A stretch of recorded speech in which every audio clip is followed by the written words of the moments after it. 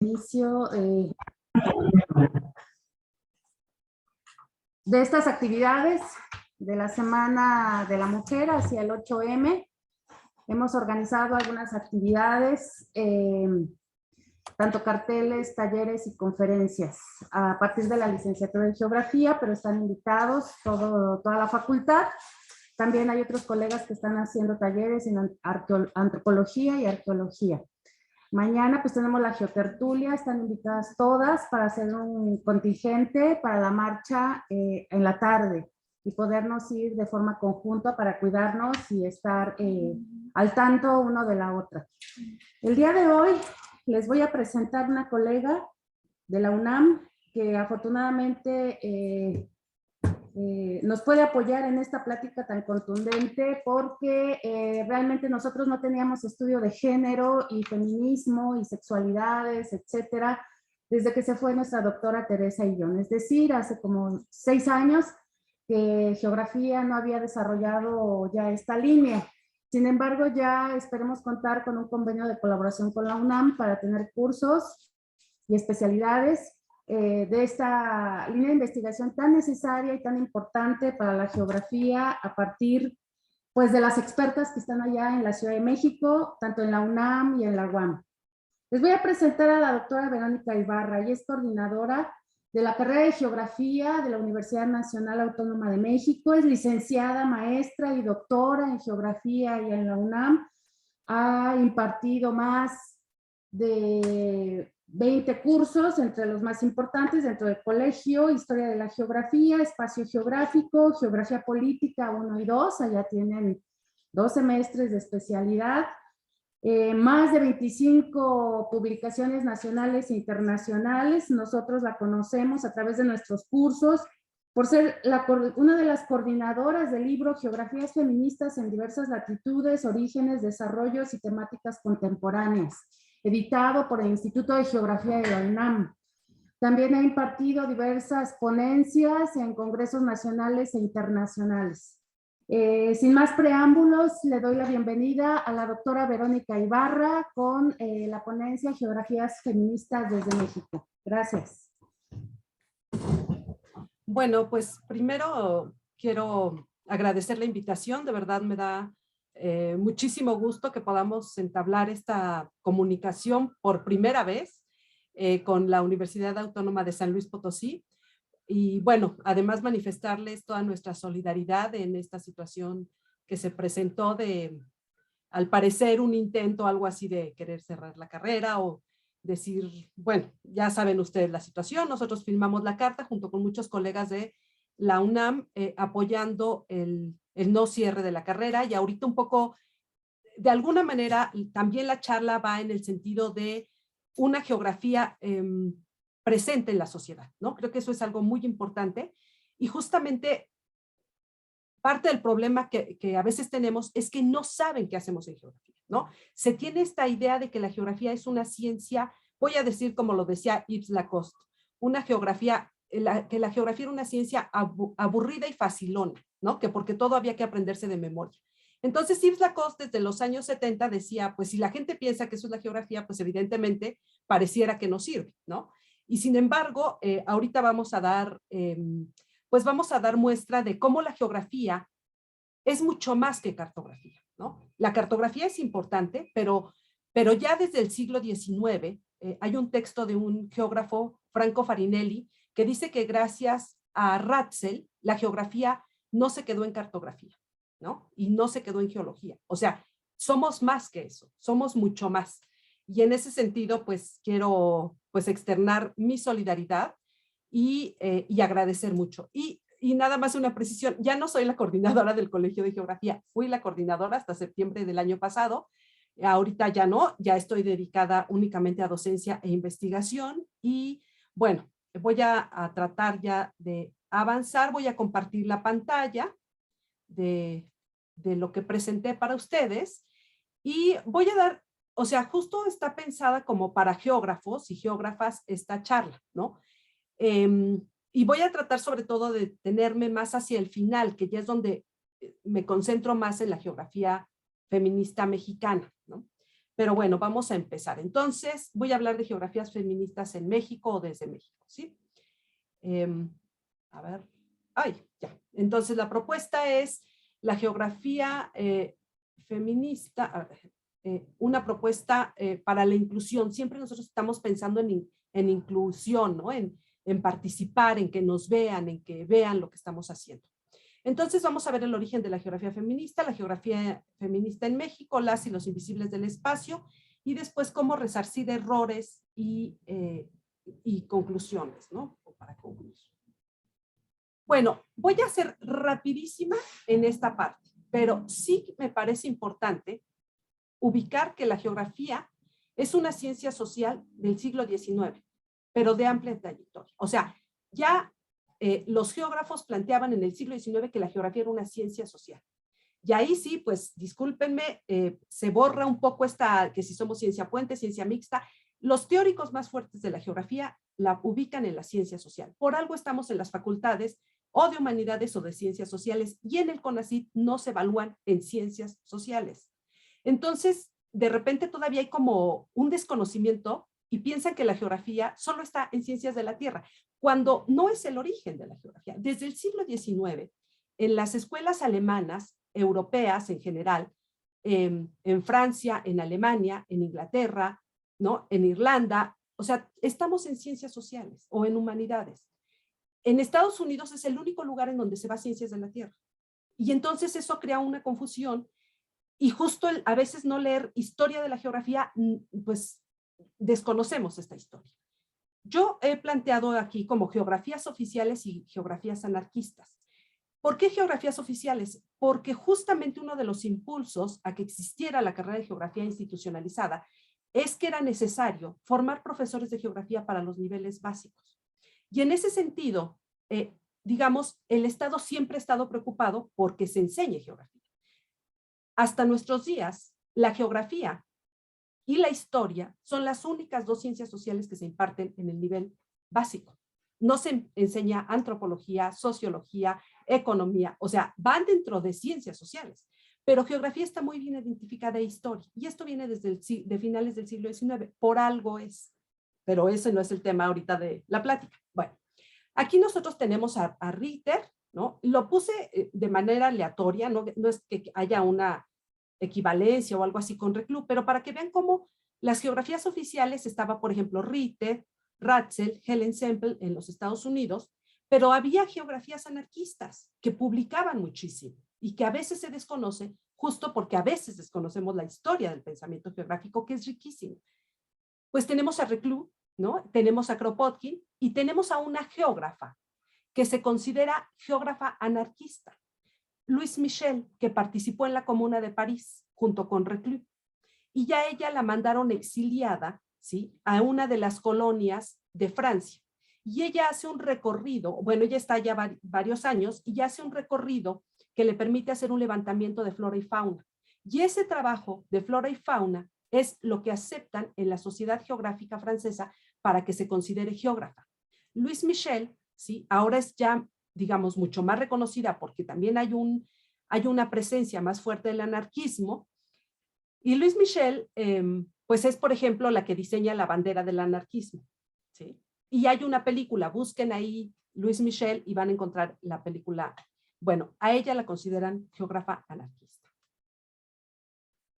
¿Cómo es que surge o cómo es que se empiezan a visualizar las mujeres en la geografía?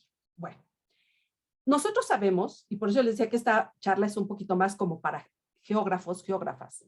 Nosotros sabemos que la geografía cuantitativa se desarrolla en los años 50 y 60 del siglo XX. Y que es y en ese sentido, Thorsten Hagerstrand es uno de estos geógrafos pues muy famosos, que nosotros lo conocemos por los prismas espaciotemporales. Justamente él ve la movilidad de las ciudades, ¿sí? Pero él en ese momento hace algo que no se hacía. Hace una división por sexo, por hombres y mujeres.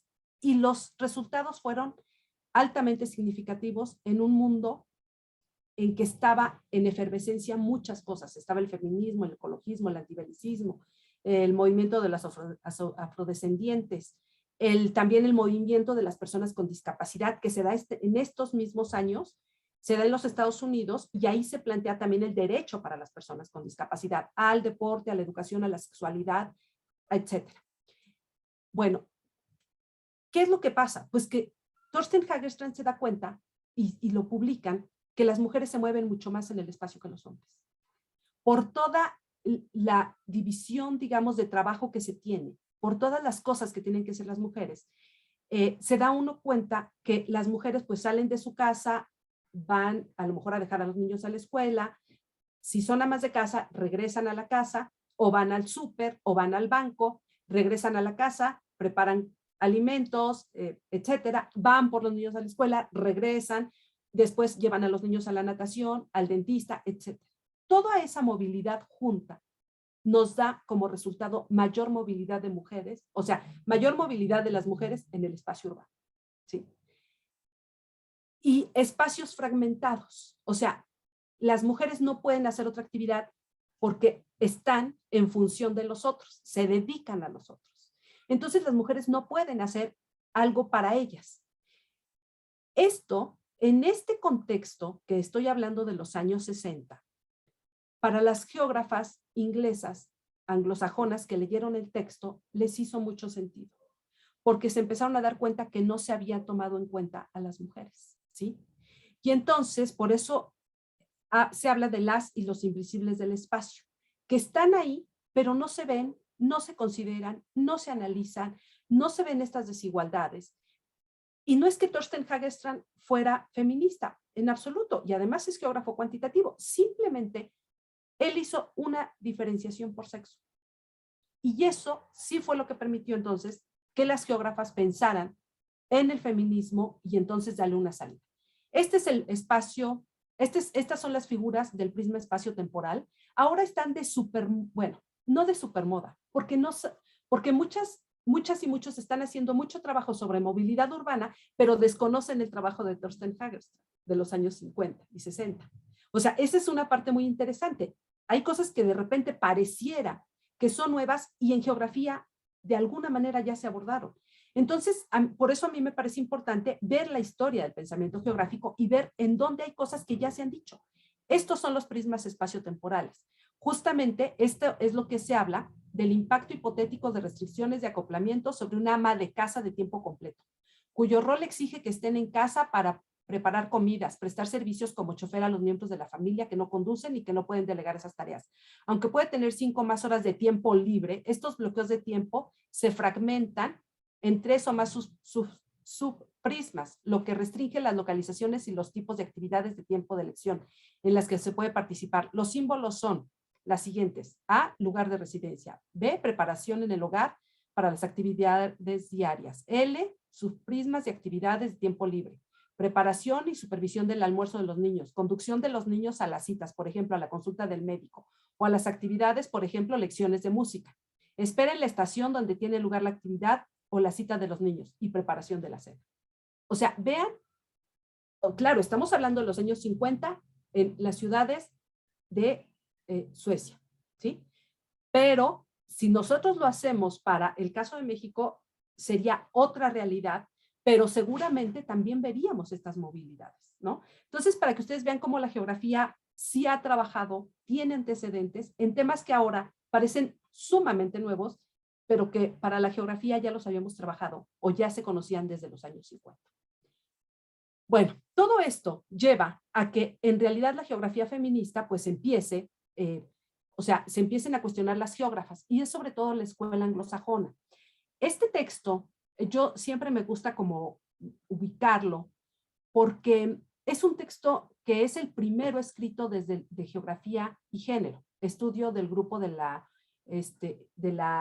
Instituto Geográfico de Gran Bretaña. Y aquí justamente hay varias cosas. Uno es que se habla de geografía feminista. Estamos en 1984.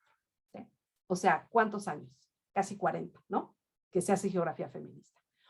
Otra cuestión, ahí hay geógrafas que son un referente para toda la geografía de todo el mundo, no solo la geografía. Para muchas urbanistas, para muchas sociólogas, para muchas personas que ahora estudian el cuerpo, la calle, la ciudad, lo urbano, este texto y otros son los multicitados, porque las geógrafas sí fueron pioneras en ver las ciudades y las desigualdades de las ciudades. Este texto además es muy bonito porque no hay una autora por un capítulo.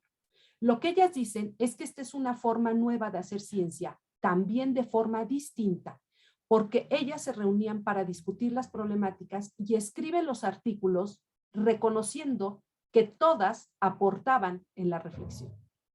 Entonces no es, yo solo pienso esto es mi capítulo porque yo lo pensé, ¿no? En esta idea patriarcal de que los hombres son súper listos, ¿no? Y a ellos se les ocurren las maravillosas ideas de manera individual. No, ellas dicen, se trabaja, y eso es algo de del feminismo, se trabaja de manera colectiva. Y los resultados, si bien alguien lo escribe, está en un contexto que permite la reflexión. Entonces, este texto está marcado por estas autoras, Janice Monk, Linda McDowell, Doreen Massey, Eleanor Kaufman, Susan Hanson, por mencionar algunas. Todas son importantísimas en el devenir de la geografía, ¿sí? Eleanor Kaufman, por ejemplo, es una geógrafa política, que ella dice que la geografía feminista es geografía política, ¿sí? Doreen Massey, bueno, no tengo que presentarla. Doreen Massey fue una teórica de la geografía, ¿no? Fundamental en la geografía feminista, pero también fundamental en el concepto de espacio, ¿sí? Linda McDowell, que sigue escribiendo, que tiene textos multicitados, Janice Monk y Susan Hanson, que están en Estados Unidos. Entonces, sí me parece que hay que conocer estos antecedentes, porque ellas son las pioneras que van a impulsar. Por supuesto, trabajan con dos conceptos, espacio y género. Aunque aquí todavía no está tan consolidado el concepto de género, por eso se asumen inclusive como geógrafas feministas. ¿Qué es lo que se ve? Pues, ¿cuáles son los temas? Visibilizan a las invisibles del espacio, a las campesinas, las obreras, las académicas, las docentes, a las amas de casa de tiempo completo, la movilidad de las mujeres en las ciudades y en el campo, las mujeres en los espacios deportivos. Hay un texto muy bonito de Doreen Massey, justo donde ella dice cómo ella recuerda cuando ella era de Manchester, y cuando iba a la ciudad, o sea, de las afueras de Manchester, y dice cómo toda la llanura, ella habla de una llanura y dice, toda esa llanura estaba dedicada a los campos de fútbol y de rugby para los muchachos, y no era para las mujeres. Entonces, no solo es, ella está pensando en el espacio, pero también nos coloca en un tema que es los deportes, que es un tema bien importante. ¿Cómo vemos nosotros el espacio? ¿No? Para nosotros esto sería el espacio, de acuerdo con Milton Santos, el espacio y método. No es una relación dicotómica sociedad-naturaleza. Eso no es el espacio. Por favor, hay que leer los textos. Justo Milton Santos, en Por una nueva geografía, dice, el espacio no es relación sociedad-naturaleza. El espacio es una producción social, en donde está la naturaleza, los elementos económicos, científico-técnicos, sociales y políticos. Y todos ellos se están interrelacionando. Y si tú cambias uno de esos elementos, estás produciendo o transformando el espacio. Entonces, y a esto habría que darle tercera dimensión, ¿no? Algo así, para local, regional, estatal, mundial, o sea, meterle escala y meterle movimiento. El espacio es mucho más complejo, ¿no? Que relación sociedad-naturaleza. Entonces, es como entendemos el espacio. Para entender el espacio tenemos que entender los elementos económicos, los elementos políticos, los científico-técnicos y producción de segunda naturaleza. Y ahí está toda la literatura que viene de la vertiente marxista de segunda naturaleza. Porque justamente la naturaleza está impactada por el desarrollo científico-técnico. Y entonces, si tú avanzas en el desarrollo científico-técnico, vas a tener un impacto en segunda naturaleza. Pero también si haces cambios políticos o económicos o sociales, impactas a la naturaleza. Y entonces esa naturaleza ya no es naturaleza prístina, es naturaleza producida. Todo esto es teoría de la geografía. Y entonces cuando hablamos de mujeres, vemos cómo la mujer, pues justamente se había colocado como naturaleza, intocable, inmaculada. Y no, todo se transforma si tú cambias las leyes, por ejemplo. Entonces, cuando hablamos de geografía feminista, hablamos también de los elementos políticos, de los elementos sociales, económicos, científico-técnicos, e inclusive de segunda naturaleza, porque todo eso hace que se transforme estas concepciones naturalistas, esencialistas de las mujeres. ¿Qué es lo que nos dice? aquí estoy recuperando a Henry Lefebvre, la producción del espacio, y a Milton Santos con espacio. Es resultado de las relaciones sociales de producción y reproducción, es proceso, forma y función, es inacabado, siempre está en tensión, en disputa, es contradictorio y manifiesta el poder, ¿no? Entonces, ¿qué se ha trabajado en la geografía feminista a partir de considerar que el género es la producción social también de la diferencia sexual? O sea, ahí tenemos un enlace súper interesante entre espacio y género. Ambos desnaturalizan, ambos desencializan lo natural, que justo toda la vertiente, digamos, tradicional se justifica en naturaleza. Y porque naturaleza, o sea, naturaleza es destino, ¿no? Y entonces, ¿por qué las mujeres hacen esto? Por naturaleza. ¿Y por qué los hombres? Por naturaleza. Cuando empiezas a cuestionar eso, te das cuenta que es producción social, ¿no? Entonces, tanto espacio como género son conceptos producidos en los años 70, ¿sí? Con lecturas marxistas para decir que son construcciones sociales. No solo marxistas, ¿sí? Pero sí tienen una base marxista. ¿Qué se ha trabajado en México? Los impactos de los desastres en la vida de las mujeres, ¿no?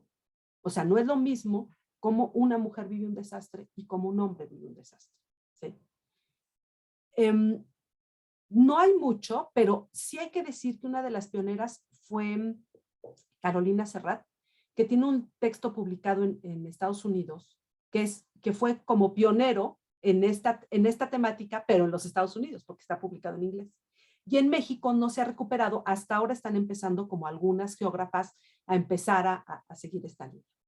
Las mujeres en el espacio laboral, ¿no? Que no se trabaja ya mucho la cuestión laboral, pero sí se sigue trabajando, por ejemplo, mujeres en espacios de producción textil, ¿no? Hay un texto justo de las colegas españolas en donde en una escala internacional nos hablan de cómo, por ejemplo, el diseño de ropa a veces está a cargo de hombres en países del primer mundo. La costura de la ropa está a cargo de mujeres en el tercer mundo. ¿A quién se les paga más y a quién se les paga menos? ¿No? Y entonces, pues ahí tienen una historia que es común para México, ¿no? En México tenemos muchos espacios, justamente espacios de textiles, de producción textil, en donde las mujeres están en su casa, están haciendo una labor que no se visualiza y que tiene todo un impacto. La movilidad de las ciudades, la seguridad y la inseguridad, esto va muy asociado. Las diversas cartografías en diversas escalas, o sea, hay muchas cartografías que ahora están como más en boga. Hace 15 años, 10 años, la cartografía no tenía el peso que ahora tiene, ¿sí? Ya esto nos lleva a las escalas, por ejemplo, la escala cuerpo, pero también la escala global, como este ejemplo que les acabo de dar de la maquila o de la producción de ropa. También la geografía mexicana tiene una aportación para la ley a una vida libre de violencia, la cartografía del feminicidio. Lucy Damián, que va a hablar mañana o al rato con ustedes, no recuerdo, pero ella participó justamente en la elaboración de una cartografía para ver que lo que estaba pasando en Juárez no era solo de Juárez, sino que era de todo el país. Eso fue lo que impulsó a que en la Cámara de Diputados en el 2006 se aprobara la ley a una vida libre de violencia, en el 2006. O sea, quiere decir que Lucy estaba trabajando con Marcela Lagarde y todo un equipo de gente en 2005, 2004, haciendo la cartografía que permitió visualizar que el feminicidio era un problema nacional y no local. Para que ustedes se den cuenta cómo la geografía sí ha estado presente, ¿sí? Entonces Lucy tiene esa experiencia de esa cartografía, ¿no? Junto con otras colegas, pero ella era la geógrafa del equipo, digamos, ¿no? Había antropólogas, había sociólogas, trabajadoras sociales, etcétera, pero había una geógrafa que lo planteaba más en términos espaciales. Después, el Colegio de Geografía hizo un atlas de igualdad de la Comisión Nacional de Derechos Humanos, por ejemplo, ¿no? Que no se había hecho, que se tenía que hacer y que se tenía que mostrar la igualdad o la desigualdad, ¿no? En los distintos espacios locales, regionales, etcétera. Y después hicimos otro atlas de las personas con discapacidad. Y en este caso de las personas con discapacidad metimos el tema de género, porque justamente cuando uno ve estas desigualdades se suman estas desigualdades. Entonces las mujeres con discapacidad todavía tienen una doble discapacidad, o sea, una doble marginación. Entonces este es un tema que ahora Lucy está trabajando, ¿sí? De manera muy, muy importante. Voy más rápido. ¿Cuáles son los otros temas que estamos trabajando para que ustedes se den cuenta? Estamos trabajando cuerpo-territorio, que es un tema fuertísimo que viene de las feministas decoloniales de América Latina o de las feministas comunitarias, es decir, vienen del pensamiento de las feministas indígenas. Pero cuando uno lee los textos de ellas hacen un reconocimiento a la geografía cuando hablan de cuerpo. O sea, es bien interesante ver cómo ellas dicen, las geógrafas feministas hablaban del cuerpo. Y ahí, digamos, reconocen como la geografía trabajaba esto o veía este tema, esta escala. Pero lo otro que estamos haciendo, y aquí tenemos ahorita un proyecto con la Universidad de Glasgow que nos aprobó el año pasado, lo que estamos diciendo es que con este concepto nosotros podemos entrar a dar clases en bachillerato y a hacerle una adaptación, o sea, si nosotros ponemos la escala de cuerpo-territorio, nosotros podemos empezar a hablar de geografía feminista y podemos hablar de problemáticas muy concretas. Lo hemos hecho en la Escuela Nacional Preparatoria, hemos tenido varios trabajos y hay una colega de Oaxaca, Fernanda Lataní, que ella tuvo un premio porque sus alumnas hicieron un trabajo sobre cuerpo-territorio, el derecho a decidir, cuando se aprobó la despenalización del aborto en Oaxaca. Y las niñas, porque fueron niñas de secundaria, ganaron el premio nacional y se fueron a competir a Colombia. Para que ustedes vean la potencialidad y cómo si uno les habla a las niñas con conceptos significativos de lo que ellas viven, de lo que ellas saben, de lo que está pasando en su localidad, en su espacio, responden. La geografía ahí es cuando se muestra significativa, ¿sí? Soberanía alimentaria, que es un tema que también es importantísimo. Movimientos ambientalistas por la defensa del agua, de los bosques contra eólicas, inclusive el rastreo del movimiento feminista, la importancia del espacio local, el municipio, en la producción de un espacio libre de violencia, por ejemplo. Rápidamente. Bueno, yo los he ubicado como nodos de la geografía, ¿no? Para mí serían 4 nodos. Uno está en la UNAM, otro en la Universidad Autónoma Metropolitana, con Paula Soto, otro en la Universidad Autónoma del Estado de México y en la Universidad Veracruzana. En la Veracruzana está Elsa Almeida, que ha trabajado derechos agrarios y cuestiones agrarias. En la UAM Iztapalapa, Paula Soto, movilidad urbana.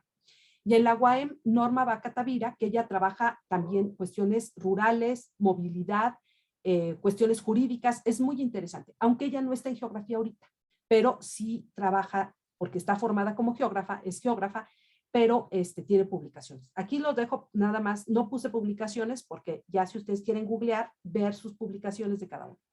En la UNAM, evidentemente, pues tenemos también trabajo. Está Lucía, de la que ya hablé, que trabaja violencia feminicida, derecho a las mujeres con discapacidad, y justamente Lucía acaba de ser reconocida como investigadora nacional de estas becas que sacó la CONACYT para desarrollar trabajo de discapacidad y mujeres en la UNAM. O sea, ella se integra como un poco como en esta figura de maestra de tiempo completo. Bueno, yo que me voy a saltar, Irma Escamilla, Josefina Hernández Lozano, que trabaja en cuestiones urbanas e históricas de las mujeres en el Instituto de Geografía. Está el grupo de geógrafos del instituto que trabajan con población gay, turismo gay. Y hay dos grupos, yo voy a ponerle de activistas cibernéticas y activistas que no están necesariamente en la geografía, en la docencia, aunque sí están algunas. Geobrujas, ¿no? Que son geógrafas activistas de un gran renombre. Ellas tienen muchísimo trabajo y son muy reconocidas tanto en Sudamérica como en la geografía anglosajona. Han sido invitadas a los eventos de geografía de los Estados Unidos. Ahí está Carla Elena, que es geógrafa. Julia Merchase, que no es geógrafa, pero su tesis de doctorado tiene toda la base teórica de la geografía. Valeria Isunza, que es geógrafa y que está dando clase en el Colegio de Geografía. Gabriela Fenner, que está en la Universidad de Chiapas, si no mal recuerdo. Adriana Cantarel, que está trabajando cuestiones de desastres. Y después está Geofeministas, que es también, sí es más bien activismo cibernético, ustedes lo pueden buscar.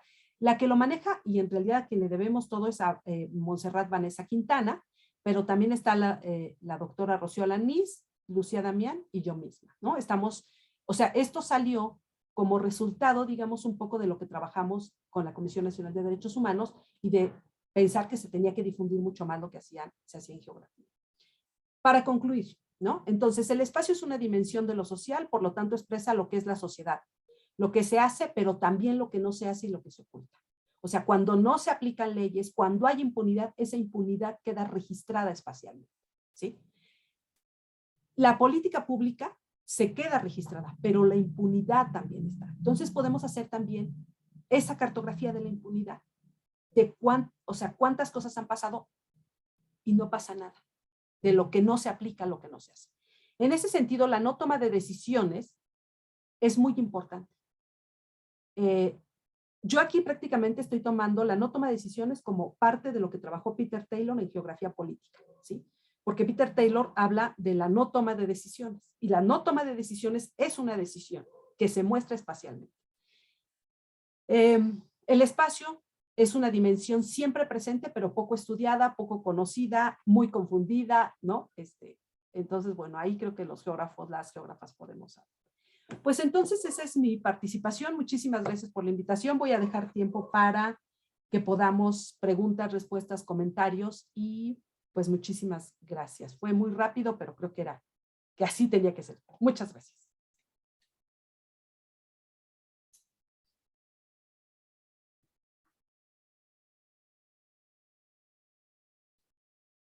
Nos escuche. No sé si alguien tiene preguntas, observaciones. Porque San Luis no tiene. La primera sería, doctora Ibarra. Sí. San Luis Potosí lo perdió con la doctora Illón. Teníamos hasta hace 5 años un nodo de geografía feminista y de género con la doctora Illón. ¿Qué aportó la doctora Illón? Porque está mencionada en alguno de sus libros. Sí, justamente es de las pioneras que trabaja geografía feminista, ¿no? En México. Ahora, aquí es bien importante justamente este elemento. En la geografía y en todas las ciencias sociales, es muy importante dejar la evidencia de que estamos trabajando con publicaciones.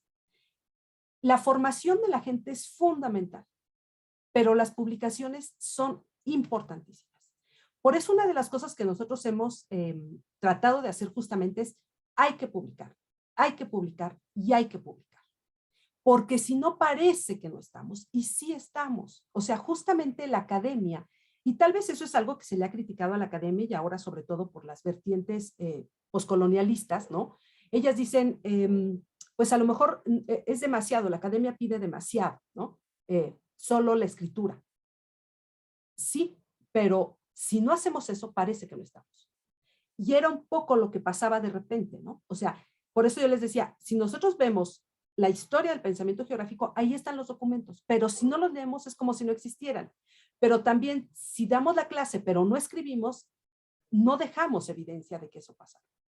Entonces, esto es bien importante. Entonces, yo creo que la maestra Illón ahí fue muy importante justamente en empezar toda esta dinámica, toda esta discusión, esta presencia, la formación de las estudiantes. Pero es importantísimo hacer tesis, tesinas, hacer cartografía. O sea, tienen que quedar la evidencia de que estábamos ahí, porque si no parece que no estamos. Entonces, es importantísimo. Nosotros empezamos a buscar, por ejemplo, las tesis, justamente cuando hicimos este libro de geografías feministas de diversas latitudes, ¿no?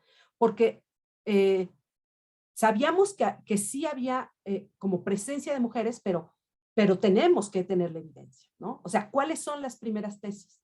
Cuando se empiezan a generar tesis de licenciatura, después tesis de maestría y después tesis de doctorado, estamos produciendo, estamos generando. Por eso para nosotros también es importante, y eso se está haciendo en Argentina. Argentina, por ejemplo, hay una colega que está haciendo educación sexual desde la geografía. Tiene un libro, y ese libro que empezó para, digamos, como una publicación para sus alumnos, resulta que ahora ya en la provincia es obligatoria esta enseñanza de la geografía o esta enseñanza de la sexualidad desde la geografía. ¿Por qué? Porque tenemos categorías, conceptos, metodologías que justamente hacen sentido. La forma en cómo se enseña sexualidad es sumamente biologicista y se lo dejan a la biología. Y lo que justamente hace Magdalena es decir, esto es una parte social.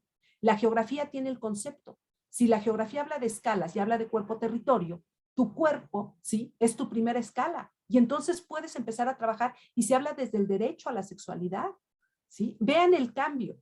Y hay un texto muy bonito del Colegio de México del cambio justamente entre control de la natalidad al derecho sexual y reproductivo. Vean los conceptos. Control de la natalidad, control. Y cambien la óptica. Derechos sexuales y reproductivos. Si ustedes plantean la sexualidad como un derecho, ahí la geografía puede entrar sin problema. Entonces, justamente, cambiar la visión social, ver la producción social, nos permite ampliar las temáticas. Lo que hizo Fernanda con las alumnas de secundaria, de geografía, ¿no?, y de poder plantear el derecho a la decisión de su cuerpo, su territorio, ¿no? Cuando en Oaxaca se estaba discutiendo la despenalización del aborto, pues es impresionante que alumnas se planteen el derecho a la toma de decisiones sobre su cuerpo.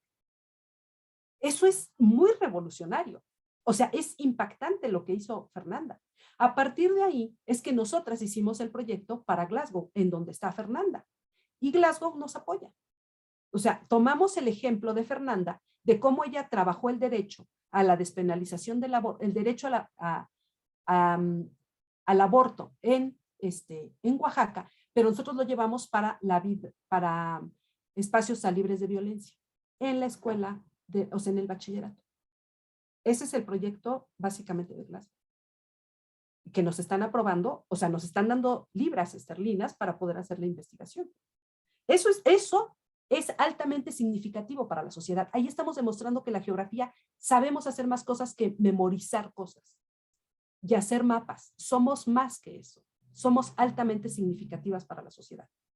Entonces yo sí las invitaría a que pensaran que la geografía es una ciencia viva, que se está renovando, que no solo es clima, suelo, vegetación, actividades económicas. Por Dios, eso es siglo XIX, si acaso siglo XX. La geografía tiene miles de publicaciones. Entonces, leer geografía es sumamente enriquecedor. Hay todo el trabajo. Por ejemplo, ahora están muy activas también las urbanistas, ¿no? Hay un grupo que se llama Punto 6, si no mal recuerdo, de Barcelona. Empiécenlo a leer. ¿A quién agradecen? A las geógrafas de Barcelona. O sea, cuando ustedes empiezan a leer, se dan cuenta cómo la geografía ha sido significativa para las otras ciencias. Pero si nosotras como geógrafas, no sabemos qué hace la geografía, si seguimos repitiendo el siglo XIX, pues no vamos a poder avanzar. Y claro, no somos útiles para el siglo XXI. Estamos en el siglo XXI. Los temas son otros, las problemáticas son otras. Entonces yo las invito a que hagan tesis, tesinas, cartografías. Hay mucho por hacer, muchísimo, muchísimo. Yo quisiera compartirles pues también mi emoción, porque a lo mejor hace 20 años, nosotros empezamos a trabajar geografía feminista en el 97, está en las primeras tesis, 1997, en el siglo pasado. Y cuando nosotros queríamos empezar a dar clase de geografía feminista, lo que nos decían es que eso no era geografía. ¿No? Eso es lo que nos decían los profesores, las grandes luminarias de la geografía. Bueno, no habían leído geógrafas, no sabían qué estaba pasando en otra parte del mundo. Y nosotros dijimos, no nos importa que nos digan lo que nos digan, seguimos avanzando. Las publicaciones hablan por nosotros. Ahí están las publicaciones. Por eso yo ahorita no les di publicaciones.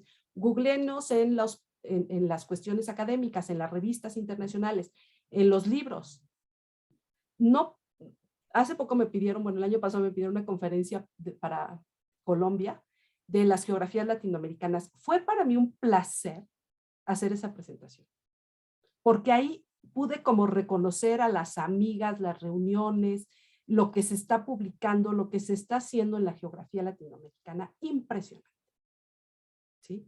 Cambio climático, o sea, las colombianas andan durísimas con cambio climático. ¿Sí?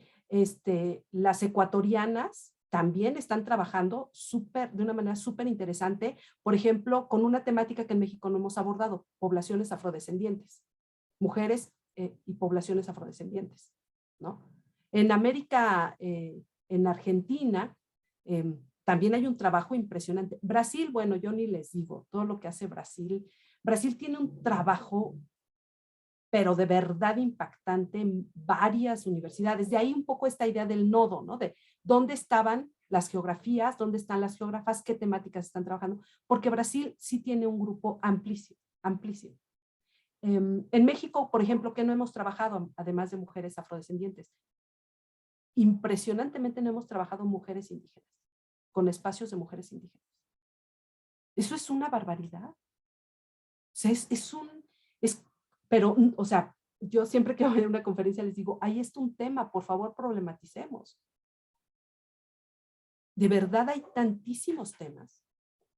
Entonces, es cuestión de, ahora, por ejemplo, con la doctora Galindo, seguramente ustedes van a encontrar un respaldo para estos temas que a lo mejor nos dicen que no son importantes, porque en algún posgrado de la UNAM, bueno, de la UNAM o del país más bien, más que de la UNAM, a alguna alumna le dijeron que su tema no era importante. O sea, y es soberanía alimentaria. Trabajo de mujeres con soberanía alimentaria. Y le dicen que su tema no es importante, entonces yo digo, ¿entonces qué es importante? Si la alimentación y las mujeres indígenas no son importantes, ¿qué tema es importante? La alimentación es lo fundamental. Y dicen que no es un tema importante. Afortunadamente, siempre hay quien nos esté apoyando, nos esté diciendo, adelante, sigan, esto es importante. Y vamos a sostenernos. Y es lo que ha pasado en América Latina, porque es la forma en cómo hemos podido abrir espacios, apoyándonos entre todas. Bueno, no sé, preguntas, por allá hay una pregunta.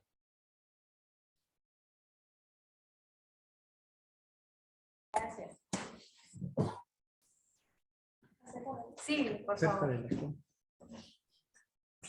Tengo una pregunta. ¿Existe alguna trabajo o investigación del cual se hable sobre qué es lo que sienten o las mujeres desplazadas a causa de la delincuencia? No te escucho, a lo mejor más fuerte. ¿Sí? Sí, sí, te escucho. Sí, sí, te escucho.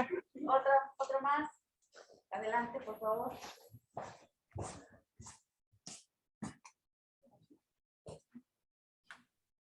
Sí, bueno, mi pregunta es en realidad cómo se puede generar propuestas para la comunidad a partir de la geografía feminista, pero descentralizando el conocimiento, ¿no? Como lo que nos contaba que hizo la compañera con alumnas de secundaria, cómo podrían generarse estas propuestas de trabajo con gente que no está dentro de la academia. Ahí va otra. ¿Cuál es, con todo esto que menciona, doctora, pues literal, es de temer, ¿no? Todo lo que hacemos, todo lo que está mencionando, ¿cuál han sido sus mayores retos como mujer dentro de esta academia para poder aplicar todas estas armas que usted nos está mencionando? ¿Y cuál sería su consejo, sobre todo para geógrafas? Porque evidentemente tenemos que seguir esta línea de geobrujas, ¿verdad? Y para fortalecer esa línea de investigación, porque pues sí, hay que publicar, pero entre cómo apoyarnos, ¿cuál ha sido su reto y consejo? Otra más y ya. Ok, sí, está perfecto. Ay, perdón. Ay, hola, mucho gusto. Hola. Mi pregunta es que si esta mala percepción a la geografía feminista y de que esta invisibilización surge como desde los espacios de docencia en primaria, cómo se enseña la geografía y pues esta como simplificación de conceptos y cómo se vende la geografía en sí misma. Y pues es mi pregunta. Gracias. Sí. Bueno, pues muchísimas gracias por las preguntas. Todas son importantísimas porque todas están demostrando justamente como esta efervescencia y este ponerse a pensar, ¿no? De otra forma. Primero, si hay un trabajo sobre sentimientos por desplazados de delincuencia, no lo hay. Y ahí justamente es un tema que o sea, creo que ahí hay una tesis, Guadalupe. Ese es un potencial de tesis, ya está, punto, no busquen más. Sentimientos de mujeres por violencia o por delincuencia. ¿Qué les gusta? Zacatecas, un municipio, pero todo el país desafortunadamente está así, ¿no? Hay ahí un geógrafo escocés que ahora estaba en Estados Unidos, que justo trabaja geografía de la delincuencia. A ver si ahorita me acuerdo del nombre, pero él trabajaba las comunidades afrodescendientes en Colombia sobre la violencia que se generaba por el narcotráfico. Ulrich Oslander. Ulrich Oslander trabaja sobre geografía de la delincuencia. Ahora, hay que incorporar la componente de género y justamente, digamos, ahí es la riqueza, la novedad. Vean, esa es la creatividad que necesitamos. Eso se hace tesis y después se hace artículo. No hay escrito sobre eso. Hay desde la sociología de los sentimientos, pero aquí se está asociando con una cuestión de desplazamiento, conformación de espacios o no, o sea, nuevos espacios, y es un tema de investigación. Las propuestas para la comunidad que no están en la academia. Bueno, a ver, es que justamente creo que no podemos separar tan fuertemente la academia de la sociedad civil. Geobrujas están ahorita, por ejemplo, en la sociedad civil, pero todas las geobrujas, o casi todas, son formadas en geografía. Es decir, sí traen una formación desde la geografía. Carla Elena, Valeria, Julia, ¿no? Que Julia viene de Italia y estaba en relaciones internacionales y después llegó a México y en realidad se formó un poco en la geografía. De verdad, nosotros pudimos conocer a Franco Farinelli, que es un teórico de la geografía, por Julia Merchase. O sea, la conexión con Julia es total. O sea, ella tiene una tesis de doctorado que todavía no ha concluido. Bueno, ya está concluida, pero por los retrasos en las titulaciones de la UNAM no se ha podido titular. Entonces, Julia, cuando ustedes busquen, y ella está en Geobrujas y tiene todo el trabajo desde la geografía. En el caso de Fernanda Latani, es geógrafa también. Ella es de la Veracruzana, justamente, y de la maestría en la UNAM. Pero esa es la parte creativa. Ella se regresó a Oaxaca y ella empezó a implementar. A veces una tiene que atreverse y eso tal vez creo que tiene que ver con las otras preguntas, ¿no? Con una academia patriarcal que desconoce muchas cosas. Una academia patriarcal siempre coloca a los hombres sobre las mujeres. Lo que dicen los hombres es más importante que lo que decimos las mujeres. Eso es impresionante y eso hay que también hablarlo. Es parte, o sea, son los grandes geógrafos, los grandes científicos, ¿no? Como si fueran de verdad iluminados por naturaleza. Por eso el texto de Geografía Feminista a mí me gusta mucho, porque ahí hay un reconocimiento que el conocimiento es una producción social. Nosotros dialogamos, estamos en un contexto y eso hace que surjan las ideas. No es de manera individual, patriarcal, los hombres, los grandes ilustrados. Ahora ustedes se están dando cuenta cómo hay toda una corriente de la historiografía, en donde se ve cómo casi todas las esposas de los grandes intelectuales trabajaron con ellos y a veces les robaron las ideas. Y ahí está Einstein, y ahí están muchos otros, porque las mujeres no nos consideraban. Eso es parte de la academia patriarcal. Entonces, si un hombre, y eso es parte de lo que a mí me tocó más fuerte, cuando yo quería dar la materia de geografía feminista o dar las materias y decían, eso no es geografía, ella no tiene que dar clases. Yo en algún momento fui rechazada por el consejo técnico de la facultad para que yo no diera clase en geografía, porque lo que yo impartía no era geografía, según ellos. Y yo lo que dije es, yo me quedo en geografía. Tal vez mi reto, y por eso, digamos, yo sí dije, yo quiero estar en la formación de geógrafas y geógrafos, porque yo no quiero que se sigan reproduciendo con ideas decimonónicas, con ideas del siglo XIX. Yo no quiero que la geografía se siga pensando como capitales, montañas, ríos, sin una posición acrítica.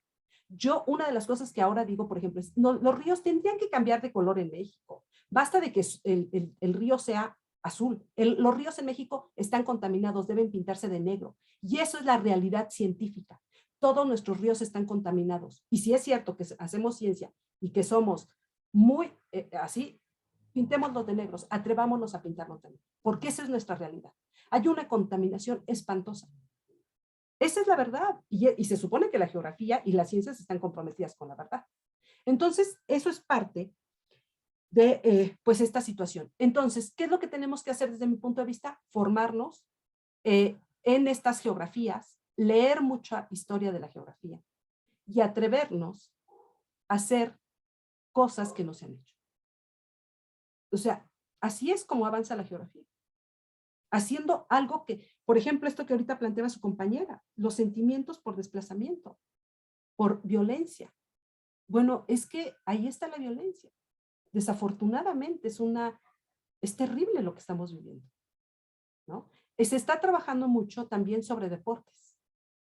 Por ejemplo, va a salir próximamente, esperemos que salga próximamente un texto sobre deportes, espacios de deportes, espacios recreativos, porque tiene que ver con el cuerpo y tiene que ver con las mujeres y tiene que ver con lo que escribió Doreen Massey, ¿sí? Y tiene que ver con lo que escribían otras y otros geógrafos. Entonces, yo diría que hay que atrevernos y hay que seguir formándonos y seguramente Guadalupe los va a apoyar en estas nuevas temáticas. Y nosotros estamos para apoyarlos en lo que se pueda. En lo que ustedes quieran, nosotras con muchísimo gusto participamos.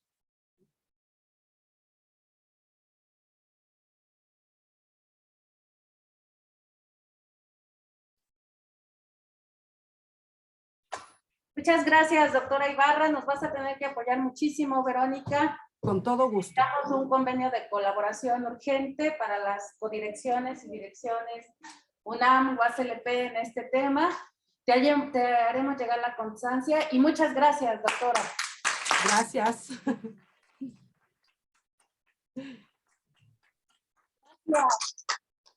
Gracias a ustedes. Gracias a ustedes. Y esperemos que nos vengas a dar un curso intensivo ya presencial. Cuando ustedes me digan, yo voy. Gracias. Gracias, hasta luego, chao. Bye. Adiós a las que están hasta atrás. Sí las alcanzo a ver. Chao. Gracias. Chao, chao.